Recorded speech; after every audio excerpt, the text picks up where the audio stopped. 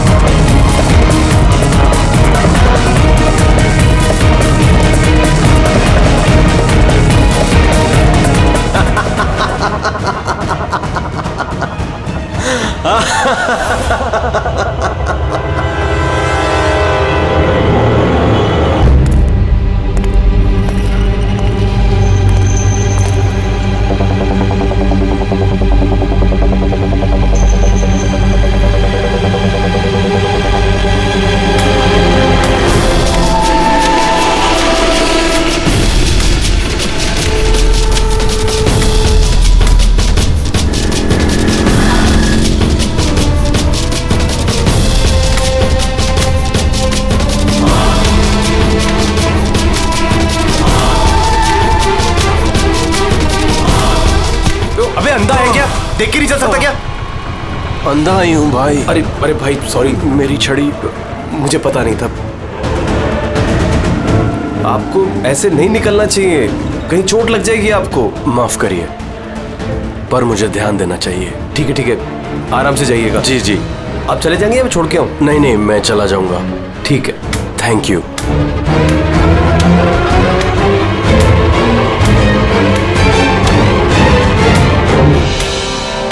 क्या हो गया यार, ये इतना दर्द क्यों हो रहा है?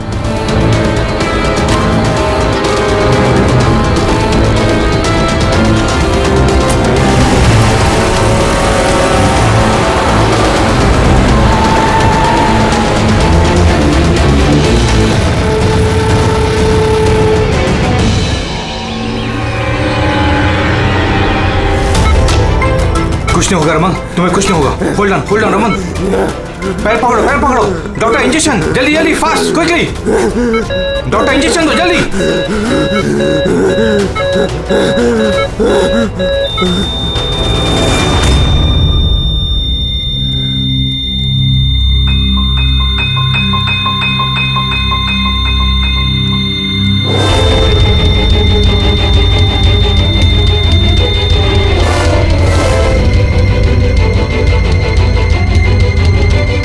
Oh my God, he's dead. और इनकी मौत नेचुरल भी नहीं है। अब क्या? I know Priya, it's a murder. और मैंने डॉक्टर सालुंके को इस केस के बारे में सब कुछ पहले से बता दिया था। अब तक तो उन्होंने फाइंड आउट कर भी लिया होगा कि रमन की मौत की वजह क्या होगी। जहर? रमन की मौत जहर से हुई है? हाँ बस, बहुत खतरनाक जहर है ये। पहले इंसान के दिमाग पर असर करता है। पहले डिलेरियम, फोटोफोबिया, एमनेशिया। उसके बाद ये जहर इंसान के बाकी के अंगों पर असर करता है। बाकी के अंग धीरे धीरे काम करना बंद कर देते हैं और इंसान की मौत हो जाती है। सर साहब, इसका कोई एंटीडोट तो होगा ना? हर जहर का एंटीडोट होता है फ्रेडी, लेकिन उसके लिए हमें उस जहर के बारे में पूरी जानकारी होनी चाहिए। बस ये जहर आसानी से पकड़ में नहीं आता है। मुझे भी बहुत सारे टेस्ट करने पड़े इसे ढूंढने के लिए। सर, जहर दे के मारना एक अलग बात है, और ऐसा जहर देना जिससे इस तरह तड़प तड़प के मरे, ये जरा चौंकाने वाली बात नहीं लगती? लेकिन ये जो भी कोई है, ऐसी नफरत करता था रमन के साथ कि उसने उसे ऐसी खतरनाक मौत दी थी। समझ में नहीं आता कौन हो सकता है ये, कौन होगा? कोई भी हो सकता है सर। सर रमन को जुए की लत थी। क्रिकेट, रेस कोर्स, सट्टा, हर तरह का जुआ। और इसी चक्कर में वो 5 करोड़ के कर्जे में था। 5 करोड़? 5 करोड़? हाँ सर, उसको धमकी भरे मैसेजेस भी आए थे। उसके फोन रिकॉर्ड्स में ऐसे कई सारे मैसेजेस हैं जो उसको बुकीज और सट्टेबाजों ने भेजे। ये देखिए सर, हो सकता है इन्हीं में से किसी की धमकी सच साबित हो गई होगी। पता नहीं, पर जिस तरह से इसको मारा है सर, लगता तो नहीं है किसी बुकी का काम है। फिर भी इन्हें बुलाना तो पड़ेगा, शायद कुछ पता चल जाए। हाँ। Hello ACP Pradyuman. अच्छा ठीक है।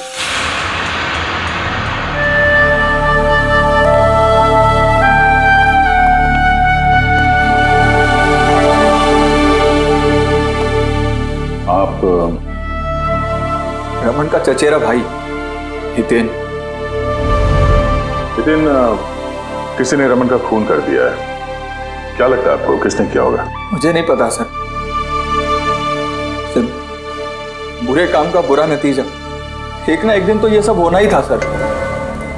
हम किसने किया, कैसे किया, ये तो नहीं पता सर। लेकिन इतने सारे लोगों से दुश्मनी, इतने सारे लोगों का कर्जा, उन्हीं में से किसी ने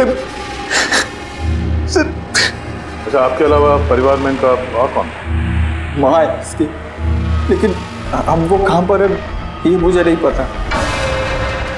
ठीक है हितेन, हमारी इन्वेस्टिगेशन अभी चल रही है, तो बॉडी अभी यहीं रहेगी हमारे पास। आप अपना कॉन्टैक्ट नंबर वहाँ लिखवा दीजिएगा, जरूरत पड़ेगी तो आपको तकलीफ देंगे। जी सर।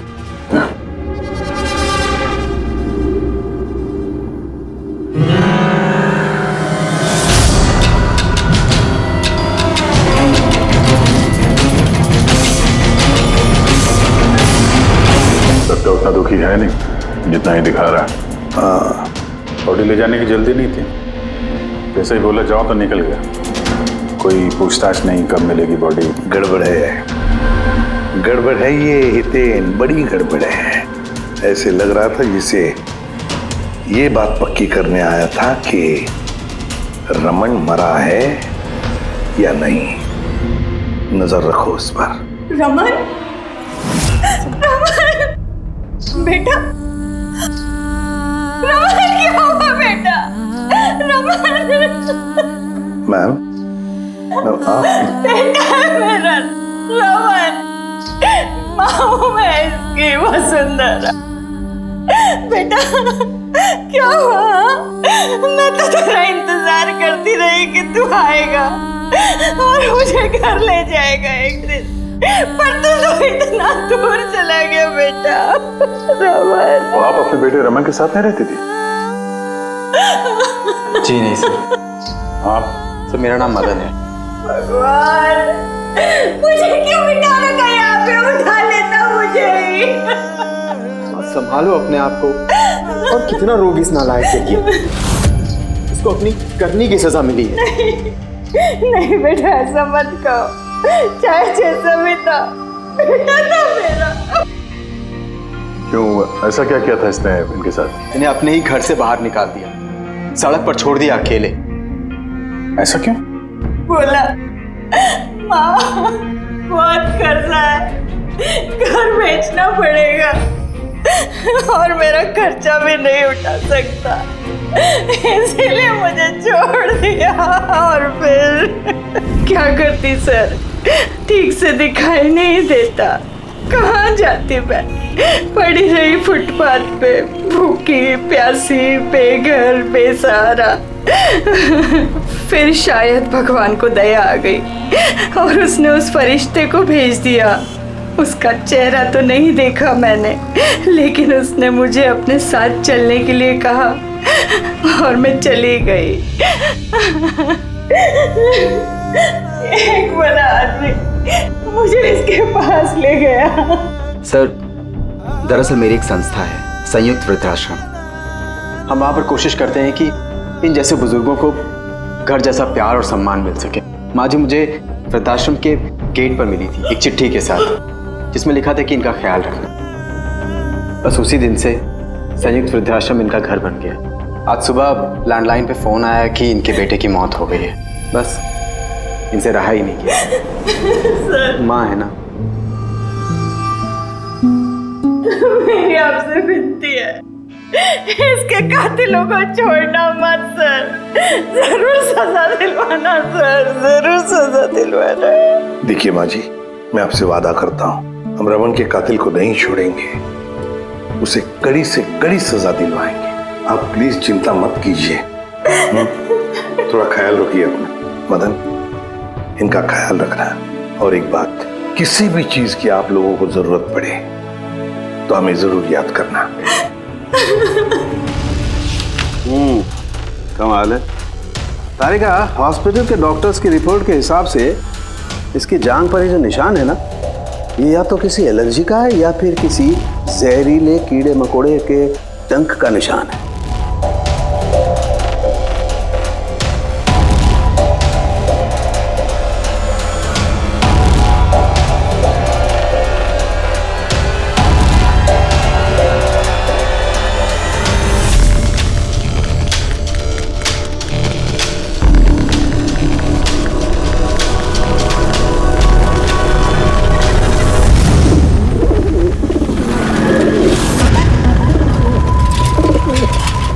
सर, इस हितेन की हरकतें ठीक नहीं लग रही है सर। ऐसे ऐसे लोगों के साथ उसका उठना बैठना है, उस पर शक करना बनता है सर। एक और बात है सर, कुछ समय पहले ये रमन ने उसे अपने घर से निकाल दिया था।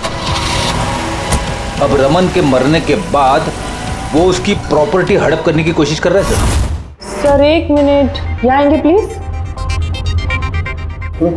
सर इसके स्किन पे ना मुझे कुछ ये अजीब सा दिख रहा है।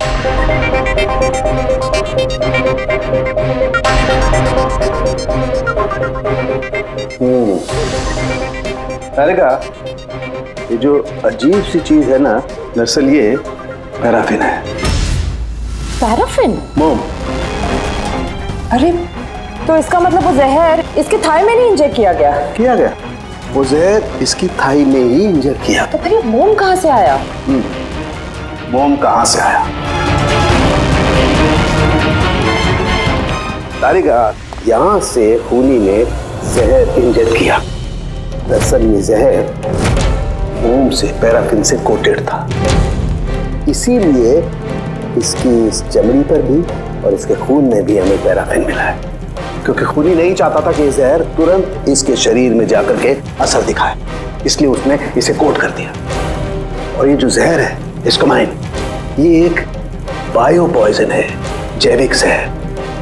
खूनी ने इसे मोम से कोट किया, इसके शरीर में इंजेक्ट किया और फिर इसके शरीर की गर्मी से मोम पिघलने लगा और वो जहर इसके खून में मिलकर के अपना असर दिखाने लगा। मतलब ये जहर किसी लिक्विड फॉर्म में नहीं बल्कि पैलेट यानी छोटी गोली के फॉर्म में इसके शरीर में डाला गया है। एग्जैक्टली।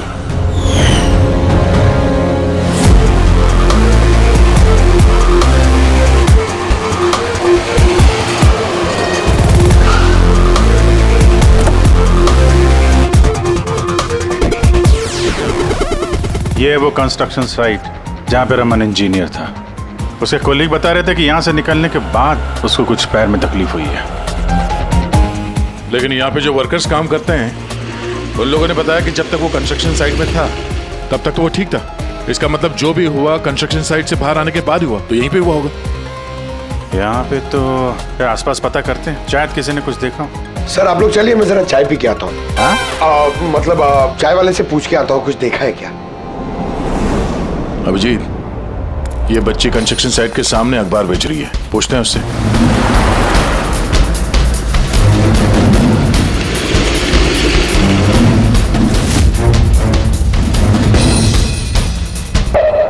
क्या नाम है बेटा आपका? चुटकी। चुटकी। अच्छा बेटा, जरा ये देखो, ये फोटो देखो ध्यान से। इनको जानती हैं, पहचानती हैं? हाँ, ये अंकल तो हमेशा मुझसे अखबार खरीदते थे, पर 3 दिन से ये नहीं आए। तो 3 दिन पहले आपने इस अंकल को यहाँ पे देखा था? हाँ, एक आदमी के साथ ये टकरा गए थे, इनको चोट भी लगी थी। वो आदमी बहुत अजीब था। अजीब मतलब? अबे अंधा है क्या? देख के नहीं चल सकता क्या? अंधा ही हूँ भाई।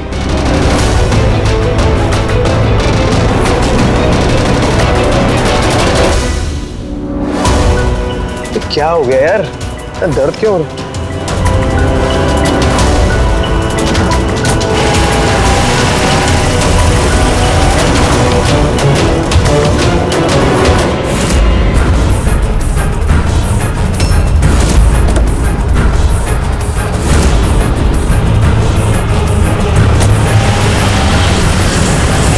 तो अंधा नहीं था और उसी ने हमला किया रमन पे।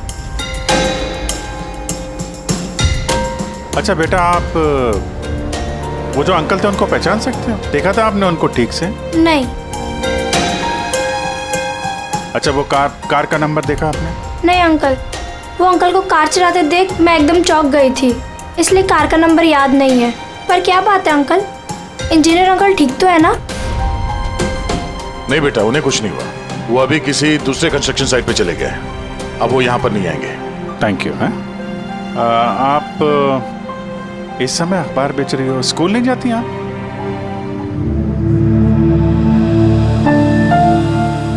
क्या बात है, हैं? स्कूल तो जाना चाहिए।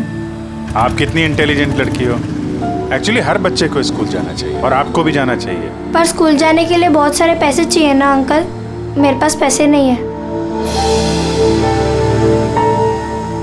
बेटा, अगर आपको पैसे ना देना पड़े तो आप स्कूल जाएंगी? हाँ अंकल, जरूर जाऊंगी, मुझे पढ़ना है।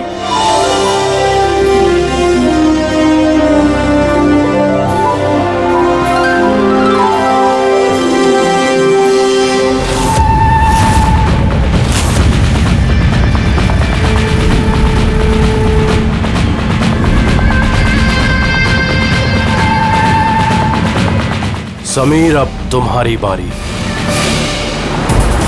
हाँ बोलो। हाँ यार, तुम्हें एक बार में समझ में नहीं आता है। देखो, मैंने तुम्हें पहले भी कह दिया है कि तुम कुछ भी कर लो, मैं इस खंडहर के लिए एक कौड़ी भी खर्च नहीं करने वाला।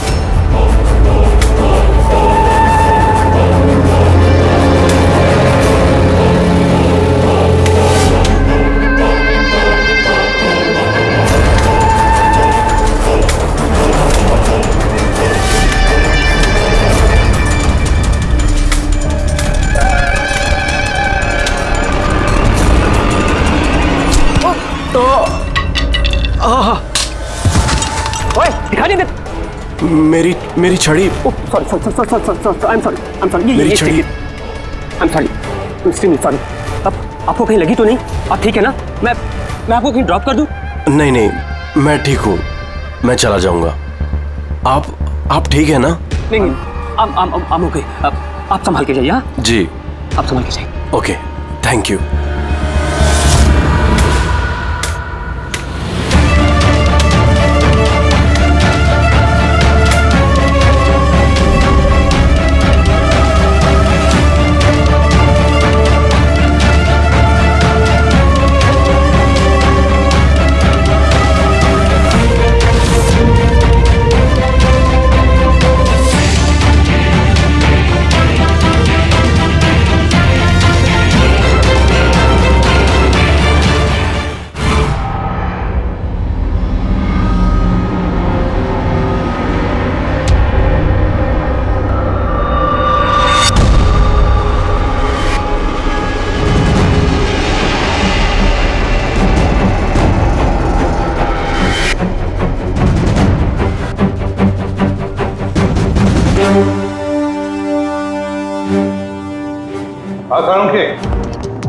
क्या पता चला?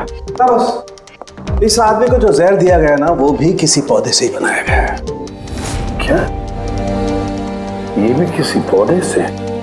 हाँ बस, लेकिन ये कौन सा जहर है, ये अभी तारिका पता कर रही है। इस जहर का नाम है रिकिनस कम्युनिस, और ये जहर पहले वाले जहर से भी बहुत ज्यादा तेज और खतरनाक है। रिकिनस? ये किसी पौधे का नाम है क्या? हाँ फ्रेडी, ये किसी पौधे का नाम है। और बॉस, ये कोई आम पौधा नहीं है, बहुत मुश्किल से मिलता है। और खूनी जो कोई भी हो बॉस, उसे पौधों के बारे में बड़ी अच्छी जानकारी है। हाँ, जानकारी तो होनी चाहिए पौधों के बारे में, तभी तो। लेकिन सर, इन हत्याओं की वजह क्या है? ना तो हमें रमन की हत्या का कारण पता है और ना समीर का, और दूर दूर तक इन दोनों का एक दूसरे से कोई संबंध ही नहीं है।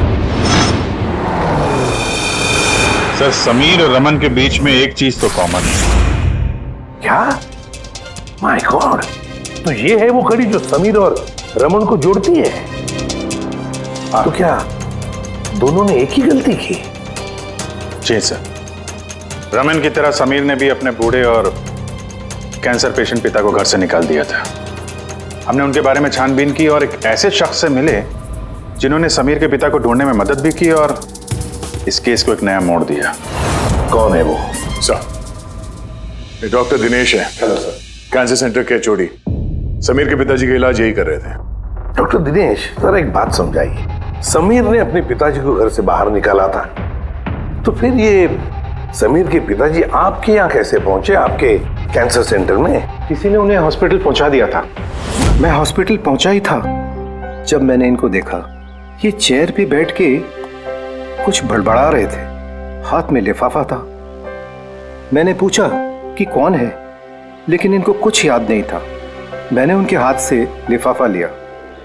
पैसों के अलावा उसमें एक चिट्ठी भी थी। उसमें लिखा था कि इनको कैंसर है और हम इनको अपने यहाँ एडमिट करके इलाज शुरू करें। एडमिशन के लिए डिपॉजिट की रकम लिफाफे में है और इलाज के पैसे भी हॉस्पिटल के अकाउंट में ट्रांसफर हो जाएंगे। उनकी उम्र और हालत को देखकर मैंने उनको एडमिट तो कर लिया, पर मुझे चिंता थी अगर पैसे ना मिले तो। लेकिन भगवान का शुक्र है, अगले ही दिन इलाज के पूरे पैसे 10 लाख रुपए हॉस्पिटल के अकाउंट में ट्रांसफर हो गए थे। 10 लाख रुपए? किसने ट्रांसफर किए? सर 100% खूनी ने दिए होंगे। सर, बैंक डिटेल से पता चल जाएगा। पता चल गया। एक्चुअली पैसे समीर की वाइफ रत्ना ने दिए थे सर। ये सब मेरी गलती है सर। मेरी वजह से समीर की जान चली गई। मैंने ही उसे उकसाया था। पिताजी की देखभाल में काफी प्रॉब्लम हो रही थी और सारी प्रॉपर्टी और सब हमारे नाम पर हो ही चुका था, तो मैंने ही समीर को कह के पिताजी को घर से निकलवा दिया। शर्म नहीं आती तुम्हें? समीर के पिता तुम्हारे भी पिता समान थे, उनको ही घर से निकाल दिया। ये सब करने के बाद फिर उनकी इलाज के लिए 10 लाख रुपए क्यों दिए? मुझे किसी ने धमकी दी थी सर कि अगर पिताजी के इलाज के लिए 10 लाख रुपए नहीं दिए तो वो समीर को और मुझे मार देंगे। सर, मैंने उन्हें 10 लाख रुपए दे दिए, फिर भी उन्होंने समीर को मार दिया। और अभी भी कहा है कि अगर हर महीने पिताजी के इलाज के लिए 50,000 रुपए नहीं दिए तो वो मुझे भी मार देंगे। किसी पे शक है तुम्हें? नहीं। उसके बारे में कुछ याद है? उसकी आवाज, उसका लहजा, कुछ भी? कुछ भी याद नहीं। सर प्लीज मुझे बचा लीजिए। सर मैं मरना नहीं चाहती। सर मैं पिताजी को घर ले आऊंगी। मैं उनकी पूरी देखभाल करूंगी, पूरी कोई तकलीफ नहीं होगी। सर आप प्लीज मुझे बचा लीजिए। घबराओ मत। सर प्लीज मुझे बचा। कुछ नहीं होने देंगे तुम्हें हम। तो भी जिस नंबर से इसे धमकी भरे कॉल आते थे, वो नंबर ले लो और पता करो कहाँ का है। आप चलिए।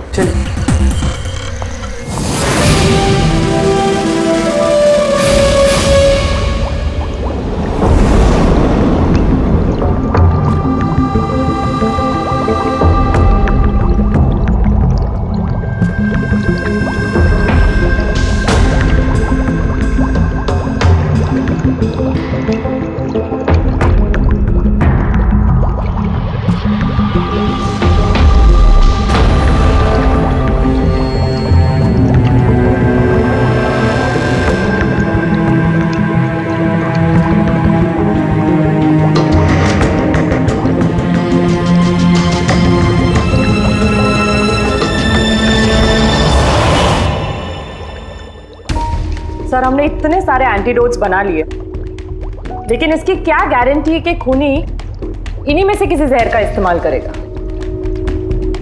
अब कुछ भी हो जाए, हम खूनी का दिमाग तो नहीं पढ़ सकते ना। तुम्हारी बात बिल्कुल ठीक है तारिका, लेकिन एक बात समझो, खूनी इन पौधों का जहर निकाल करके इस्तेमाल कर रहा है, इन पौधों का पहले से भी ज्यादा तेज हर बार।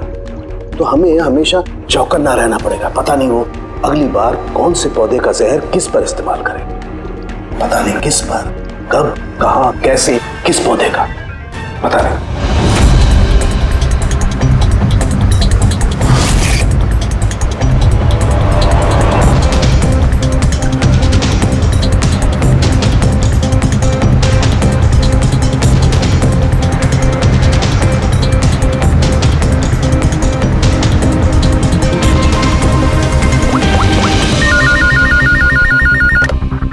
हेलो। हाँ पूर्वी बताओ। सर वो फोन बूथ जहाँ से कातिल ने रत्ना को धमकी भरे कॉल्स किए थे, वो ये भाईंदर रेलवे स्टेशन के पास है। Bhayandar railway station? वहाँ तो बहुत भीड़ भाड़ रहती है। जाहिर सी बात है उसने ब्लाइंड मैन के भेस में तो किया नहीं होगा। बड़ा मुश्किल है पता लगाना। सर किसी को कुछ पता तो नहीं है, लेकिन एक खास बात यह है कि ये कॉल्स सुबह 11 से 12 के बीच किए गए हैं और रेलवे स्टेशन के पास एक बस स्टैंड भी है जहाँ से बस जाती है पुणे। बस स्टैंड भी पास में ही है, तो ट्रेन से भी जा सकता है और बस से भी। चलो कोई बात नहीं, देखते हैं। भाईंदर, इसका मतलब कि खूनी मुंबई से ही है और सिर्फ समीर का खून करने के लिए पुणे गया था। तो पुणे वो ट्रेन से गया होगा या फिर बस से या फिर कोई प्राइवेट गाड़ी या फिर खुद की गाड़ी से। वही तो सर, खूनी को पता था कि हम लोग रत्ना तक पहुंच जाएंगे, पर ये कॉल वाली बात खुलेगी, इसलिए वो हमें गुमराह कर रहा है सर। खेल खेल रहा है हमारे साथ। हाँ, खेल खेल रहा है। मगर सर हम लोग खूनी तक पहुंचेंगे कैसे? हमारे पास उसके खिलाफ तो कोई इंफॉर्मेशन है ही नहीं और हमें यह भी नहीं पता है कि उसका अगला शिकार कौन होने वाला है। पंकज, इससे पहले कि खूनी अपनी शिकार तक पहुंचे, हम शिकार उसके सामने डाल देंगे। ये घटना आज सुबह 10 बजे की है। मुंबई के गोरेगांव रेलवे स्टेशन पर एक बुजुर्ग ने रेल के नीचे आकर अपनी जान देने की कोशिश की। वहां मौजूद लोगों ने उन्हें बचा लिया। आइए जानते हैं कि आखिर वो क्या वजह है जिसने एक बुजुर्ग को ये करने पर मजबूर कर दिया। मुझे क्यों पकड़ के रखा हुआ? छोड़ दो मुझे, मैं नहीं जीना चाहता हूँ। क्या करूँगा मैं जी करके? लेकिन आपके साथ हुआ क्या है? आखिर आप क्यों मरना चाहते हैं? क्या हुआ? मेरे साथ क्या हुआ? मुझे मेरे इकलौते बेटे ने घर से बाहर निकाल दिया अकेले करके। मैंने अपने बच्चे को इतने प्यार से पाला पोसा और उसने मुझे घर से बाहर निकाल दिया। ये तो बड़े दुख की बात है। आखिर क्या हो गया हमारी आजकल की पीढ़ी को? आपका बेटा करता क्या है? क्या करता है? स्कूल जाता है। टीचर है? नहीं, पढ़ता है, स्कूल में पढ़ता है। अभी 8 साल का ही तो है। जी क्या कहा आपने? क्या कहा? आपका बेटा कितने साल का है? कितने साल का है? आपने कहा 8 साल का है। मेरा बेटा 8 साल का है, उसने मुझे घर से बाहर निकाल दिया। मैं मर जाऊंगा। सुना आपने? इनका दावा है कि इनके 8 साल के बेटे ने इनको घर से बाहर निकाल दिया। आखिर क्या वजह है? कौन है ये 8 साल का बच्चा? रेल की पटरी पर जान देने की कोशिश करने वाले बुजुर्ग के 8 साल के बेटे का पता चल गया है। वो दरअसल 33 साल का सॉफ्टवेयर इंजीनियर है। बुजुर्ग की दिमागी हालत ठीक नहीं है, इसलिए अब भी वो उसे 8 साल का बच्चा ही समझते हैं। उनका बेटा अमेरिका में रहता है और उसने उन्हें घर से बाहर निकाल दिया है। उसके बाद ही बुजुर्ग ने अपनी जान देने की कोशिश की। आइए उनके बेटे से ही पूछते कि उन्होंने आखिर ऐसा क्यों किया। सर एक सवाल सर, क्या ये सच है कि आपने अपने पिताजी को घर से बाहर निकाल दिया है? हाँ ये सच है। सर आखिर आपने ऐसा क्यों किया? आपको एक बार भी बुरा नहीं लगा? हाँ निकाला मैंने और बुरा भी नहीं लगा। आप जानते हैं इनको? आपने कभी झेला इनको अल्जाइमर्स की बीमारी है। मैं पागल हो गया उनका ख्याल रखते रखते। मेरी खुद की एक लाइफ है, मेरी वाइफ है, मेरी फैमिली है। मैं क्या करूं? कब तक पैसे दे के इनका ट्रीटमेंट का काम कराते रहूं? मैं पैसे नहीं है मेरे पास, सब खत्म हो गया। अरे यहाँ से, अरे छोड़ दो मेरा पीछा, मेरे दूर चले जाओ मुझसे। परेशान हो गया आपसे मैं। ये तमाशा देखो खड़ा कर दिया। खुश हो गए? चले जाओ मुझे छोड़ के यार। सर कभी आप भी तो छोटे थे ना। इन्होंने आपको पाल पोस के बड़ा किया, इस लायक बनाया और आपने इन्हें घर से बाहर निकाल दिया। तुमको बहुत प्यार आ रहा है? हाँ? अडॉप्ट कर ले जाके। दिमाग खराब मत करो मेरा, तुमको जो करना था ना तुमने आके कर लिया, बवाल खड़ा। प्यार भी मिल गई ना तुमको, पैसे कमा लिए ना, हटो यहाँ से। तो देखा आपने कि किस तरह एक लड़के ने अपने बाप को घर से बाहर निकाल दिया। अब ये बेचारे बुजुर्ग कहाँ जाएंगे, किसके सहारे जिएंगे? इन्होंने अपनी सारी पूंजी अपने लड़के पे लगा दी और आज इनके लड़के ने इनको घर से बाहर निकाल दिया।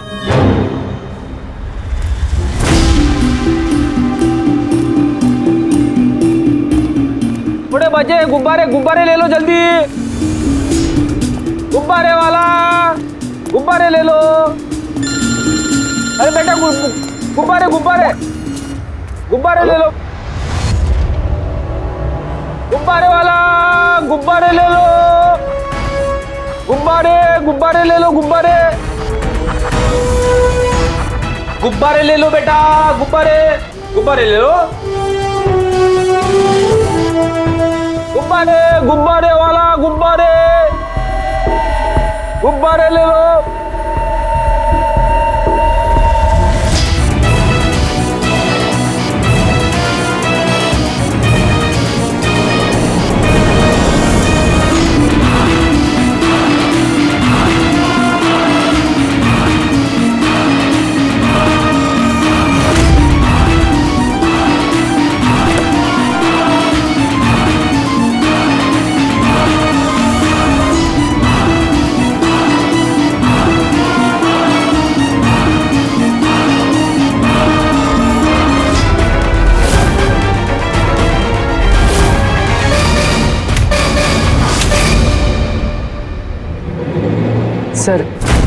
सर एक अंधा बिल्डिंग की तरफ आ रहा है।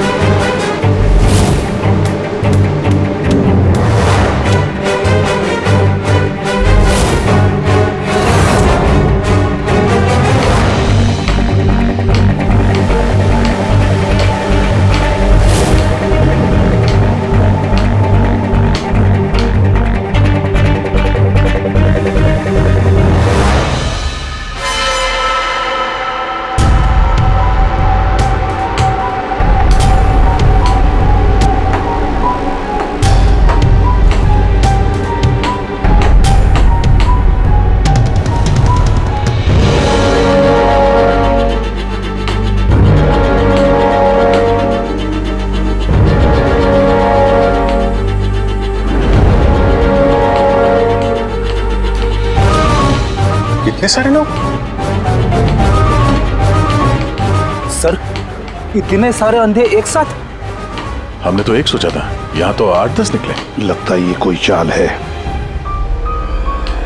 आप लोगों को जाना कहाँ है? एक मिनट आप लोग रुकिए। एक मिनट, यहाँ कैसे आके आप लोग? आइए। ये आप सब कहाँ हैं आप लोग? यहाँ क्या बात है? क्या हुआ? यहाँ आंखों का फ्री चेकअप होने वाला है। संपत है आप? संपत? उसने ही बुलाया था हम लोगों को। देखिए यहाँ पे ऐसा कोई शिविर नहीं है। कौन संपत कौन है? किसने बुलाया आपको? उसने ही तो बुलाया था यहाँ।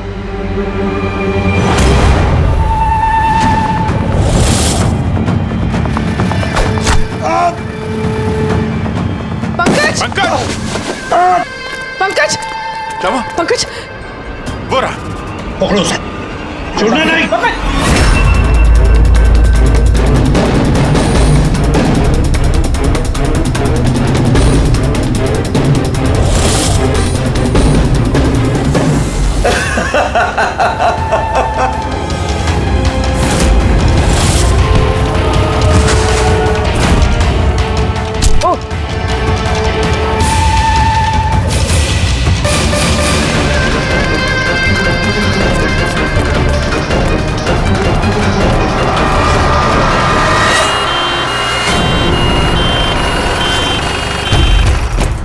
आजा, जल्दी आजा। पंकज तुझे कुछ नहीं होगा। पंकज इसे एम्बुलेंस में लेके चलो।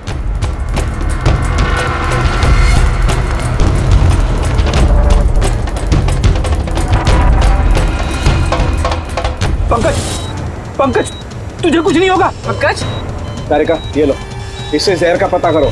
अगर जहर का पता नहीं चला तो हम एंटीडोट नहीं दे पाएंगे। मेरी बात सुन रहे हो तुम? सुना नहीं है पंकज, आंखें बंद मत होने देना। आदिश, हमारे पास इसका एंटीडोट हो, वरना हमें इसे हॉस्पिटल ले जाना पड़ेगा। एंड आई एम श्योर ये वाला जहर पहले वाले जहर से बहुत ज्यादा स्ट्रॉन्ग है। अरे का एक काम करो, नेशनल बायो सेंटर को फोन करो और उसे लाइन पर रखो।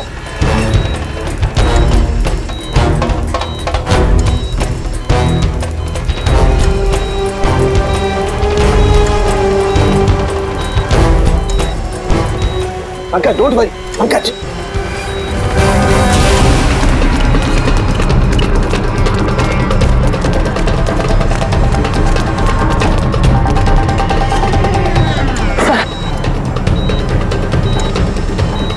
ओह माय गॉड, ये नहीं हो सकता है। और सूत्र तो जहर ही बदल दिया। लेकिन सर हमारे पास इतने सारे एंटीडोट्स है, कोई ना कोई तो काम करेगा ना। कोई काम नहीं करेगा बॉस, ये पौधे का जहर ही नहीं है, उसने जहर बिल्कुल बदल दिया है। अब क्या होगा सौरभ? करना कुछ यार। पंकज की ब्रीदिंग, सब ठीक हो जाएगा। हाँ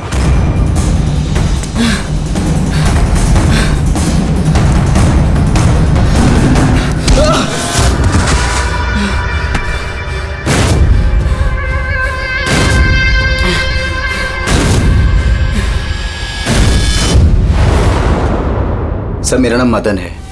तुमने क्या ये सब? क्यों पड़े हो मेरे पीछे? मैंने जो किया सही किया। लोगों की जान लेना सही है? मैंने सिर्फ बुरे लोगों को सजा दी है सर। जो लोग अपने माँ बाप का ख्याल नहीं रखते ना, उनको इस दुनिया में जीने का कोई हक नहीं होता। जब मेरी माँ की मौत हुई थी तो मेरी दुनिया उछल गई थी। उसी वक्त मैंने संयुक्त वृद्धाश्रम की शुरुआत की थी। सर, वहाँ पर जितने भी बुजुर्ग माँ बाप आते हैं ना, सब अपने बच्चों के सताए हुए होते हैं। ये देखकर मेरा खून खौल जाता है। मैंने उसी वक्त इस फैसला किया था कि मैं इन सबको सबक सिखाऊंगा, इसीलिए मैं मार देता हूं इनको। क्या गलत किया मैं? सर कुछ करो सर। कुछ नहीं कर सकते जब तक उस जहर का कंपोजिशन नहीं पता लगेगा फ्रेडी, हम कुछ भी नहीं कर सकते। अगर इसे गलत एंटीडोट दे दिया तो ज्यादा खतरनाक होगा यार। सर पंकज की हालत तो बिगड़ती जा रही है। सर पल्स गिर रही है, हॉस्पिटल ले जाना पड़ेगा। हॉस्पिटल जाके कुछ नहीं होगा, हमारे पास इतना वक्त नहीं है वहां जाकर टेस्ट करें। मुझे इस जहर का नाम चाहिए यार। पंकज। हेलो। हाँ सर, हाँ सर, पकड़ा गया। सर खूनी मदन है। हाँ, जहर हम पता करते हैं। कभी पता नहीं चलेगा तुमको, कभी पता नहीं चलेगा तुम लोगों को। उसने भी पापा को सताया। मदन, गाड़ी! ओह नो, मदन, एम्बुलेंस बुलाना पड़ेगा जल्दी। नहीं सर, कोई फायदा नहीं है। मेरा काम हो गया है। नहीं मदन, मान लिया तुमने उन लोगों के साथ जो कुछ भी किया, मान लिया, लेकिन तुमने जिसे वो जहर चुबाया है वो बेगुनाह है, निर्दोष है, उसने कुछ नहीं किया। वो जहर कौन सा बताओ? हाँ? BTX। सब उस जहर का नाम BTX है। सड़क के जहर का नाम है BTX।